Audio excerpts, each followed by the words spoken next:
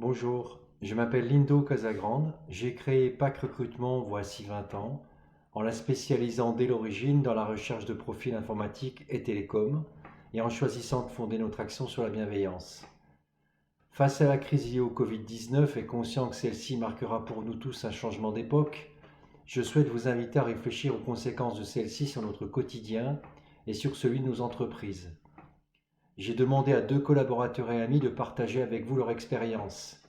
Philippe, contre-amiral en deuxième section, ancien commandant de sous-marins nucléaires et du bataillon des marins-pompiers de Marseille, pour sa connaissance des problématiques de confinement, et François, psychiatre, spécialiste du stress et du burn-out, pour sa maîtrise des ressorts psychologiques qui nous animent en situation de crise. Je vous propose de les écouter.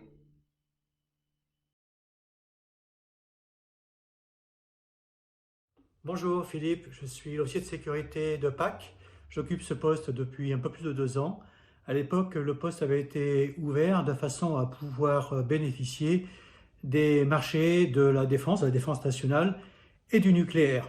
À l'époque, l'INDO a fait appel à mes compétences qui sont issues de ma carrière, de ma vie professionnelle, essentiellement passée dans la Marine nationale, dans les sous-marins. J'ai aussi commandé les bataillons de marins-pompiers de Marseille, et puis dans le civil, dans le nucléaire. Je vais vous parler en quelques mots de confinement. Vous l'avez compris, dans les sous-marins, on est confiné. Alors, ce n'est pas le même confinement que celui que nous vivons aujourd'hui. C'est un confinement plus strict, puisque nous partions 2 mois et demi sous l'eau, donc sans voir le soleil, sans pouvoir parler à nos proches, ou sans les voir, bien entendu, et sans connaître bien la date de retour. Mais malgré tout, ces deux confinements, celui dont je viens de vous parler et puis celui que nous vivons, ont des points communs, des similitudes et qui peuvent conduire à des écueils ou à des risques. Et je vais vous en parler. J'en ai retenu deux, les deux qui me paraissent les plus importants. Il s'agit premièrement du diktat du calendrier. Il s'agit de quoi? C'est se réveiller le matin en attendant, en pensant à la fin du confinement, en l'attendant impatiemment, et puis c'est continuer dans la journée à penser et à attendre ce confinement. Voilà. Je ne dis pas qu'on ne peut pas l'espérer, bien sûr, mais vous voyez, c'est d'y penser tout le temps. Voilà. Ça a pour conséquence d'allonger le temps psychologique. Le deuxième écueil auquel on peut être confronté, c'est celui de la routine, tomber dans une espèce de routine dans la journée. C'est en fait être soumis au temps. C'est quelque part perdre ses motivations, perdre le moral. C'est normal qu'il y ait des baisses de morale, bien entendu, mais là je parle de baisse de morale. Alors, que faire? Que faire pour éviter cela? Oh, je ne vais pas vous donner de recettes miracles, c'est plutôt du bon sens. En tous les cas, c'est éprouvé et je peux vous garantir que ça marche. Le premier point, c'est structurer sa journée, sa semaine. C'est fixer des objectifs, se fixer des petits challenges peut-être. Voilà, c'est en gros constituer un emploi du temps et le respecter peu ou prou. Voilà, par exemple, moi je m'abstreins à sortir tous les jours et puis je fais un peu de sport, alors dans la limite de ce qui est autorisé bien sûr, mais je fais ça tous les jours. Le deuxième point, pour éviter l'écueil de la routine, eh bien, c'est remplir sa journée, c'est-à-dire, et ça paraît logique, mais c'est remplir sa journée et finalement s'imposer une discipline intellectuelle et physique. Alors intellectuelle, il y a bien sûr votre travail via les téléconférences, vous avez des contacts téléphoniques, donc ça fait partie évidemment de la structuration et de vos occupations. Mais pour beaucoup d'entre nous, eh bien, il y a plus de temps libre, puisqu'il y a moins de déplacements par exemple. Eh bien, ça peut être aussi, par exemple, d'avoir une activité intellectuelle, d'écrire, de lire, de réfléchir. Voilà. Et puis physiquement, ben, comme je vous l'ai dit précédemment, c'est aussi se bouger, sortir, marcher, courir, faire du sport. Pour ceux qui font du sport, ben, continuent d'en faire.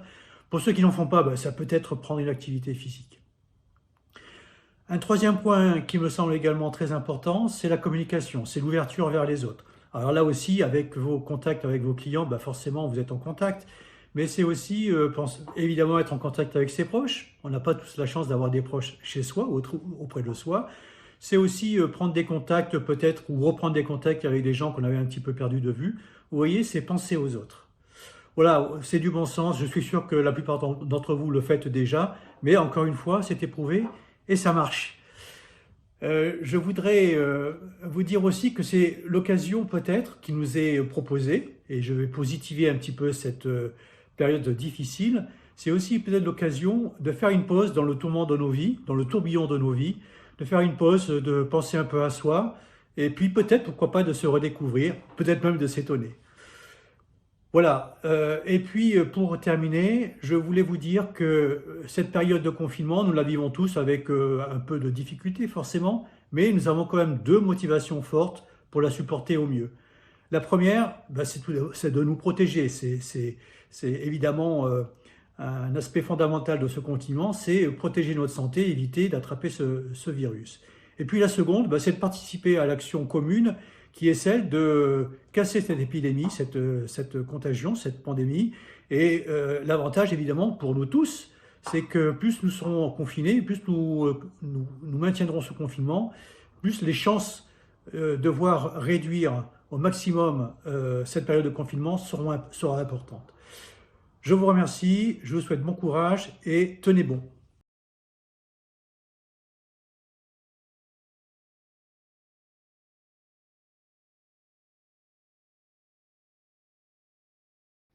Bonjour, je m'appelle François Crespo, je suis psychiatre et j'interviens dans une structure actuelle de gestion de crise liée au Covid et j'organise et je coordonne une hotline à ce niveau.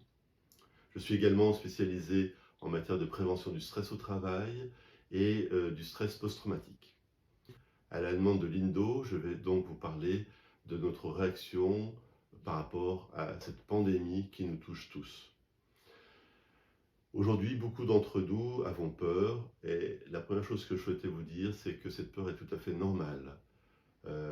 Nous vivons une situation tout à fait exceptionnelle et il est illusoire de dire que nous pouvons vivre et traverser cette épreuve en toute sérénité. Il faut accepter cette peur, la reconnaître, mais également savoir la maîtriser. C'est une pandémie, nous ne sommes pas non plus dans une alerte atomique, contrairement à ce que pourraient nous laisser penser certaines informations qui circulent. Aujourd'hui, nous avons surtout besoin de vérité. Au début de l'épidémie, quand on a commencé à en parler, c'est-à-dire fin janvier, beaucoup nous disaient « nous allons vous rassurer, nous allons vous dire des propos pour vous réconforter ». Non, nous voulons la vérité. Nous avons passé l'âge qu'on nous raconte des contes pour enfants. On a besoin de savoir exactement ce qu'il se passe. Et pour cela, et c'est le troisième point que je voulais voir avec vous, il faut s'informer et comprendre. Et toute la difficulté que l'on rencontre est là, c'est que nous avons trop d'informations. Nous croulons sous un débit d'informations continu qui s'avère être anxiogène, voire même pouvant entraîner des dépressions. Cela a été étudié après le 11 septembre 2001 aux États-Unis, où on s'est rendu compte que les personnes qui avaient le plus souffert du stress post-traumatique étaient précisément les personnes qui avaient regardé les tours s'effondrer les unes derrière les autres, et ce de façon continue. Donc attention à ne pas être victime d'un flux d'informations continu qui reste sous un thème monocorde.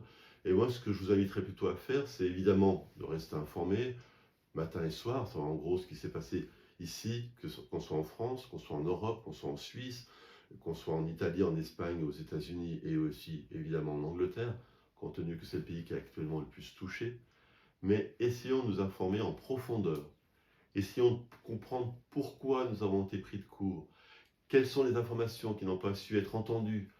Pourquoi nous avons eu comme ça ce manque de réactivité par rapport à cette pandémie?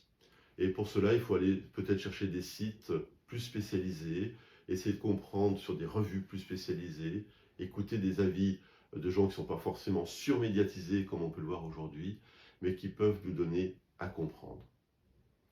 Mais peut-être le point le plus important que je souhaite partager avec vous, c'est le fait que nous sommes beaucoup plus forts que ce que l'on croit. On a tendance à victimiser les gens, à en faire des pauvres personnes qu'il faut cocoler, qu'il faut protéger. L'être humain a survécu à de plus grandes épreuves. Nous avons un ADN très puissant. nous venons de peuples qui ont beaucoup souffert et nous avons gardé cette possibilité au fond de nous de réagir. On parle aujourd'hui d'un mot un peu barbare qui s'appelle la résilience, qui est la capacité de s'adapter. Bien, il faut accepter ce mot puisqu'il correspond à la réalité dans laquelle nous sommes. Nous allons pouvoir faire face, nous allons pouvoir en sortir, à condition évidemment de ne pas, encore une fois, prendre de plein fouet toutes les informations qui nous viennent actuellement dans les flux continus d'informations, mais en ayant confiance en nous-mêmes. Et le cinquième point que je voulais aborder avec vous, c'était celui d'envisager quand même l'avenir avec confiance.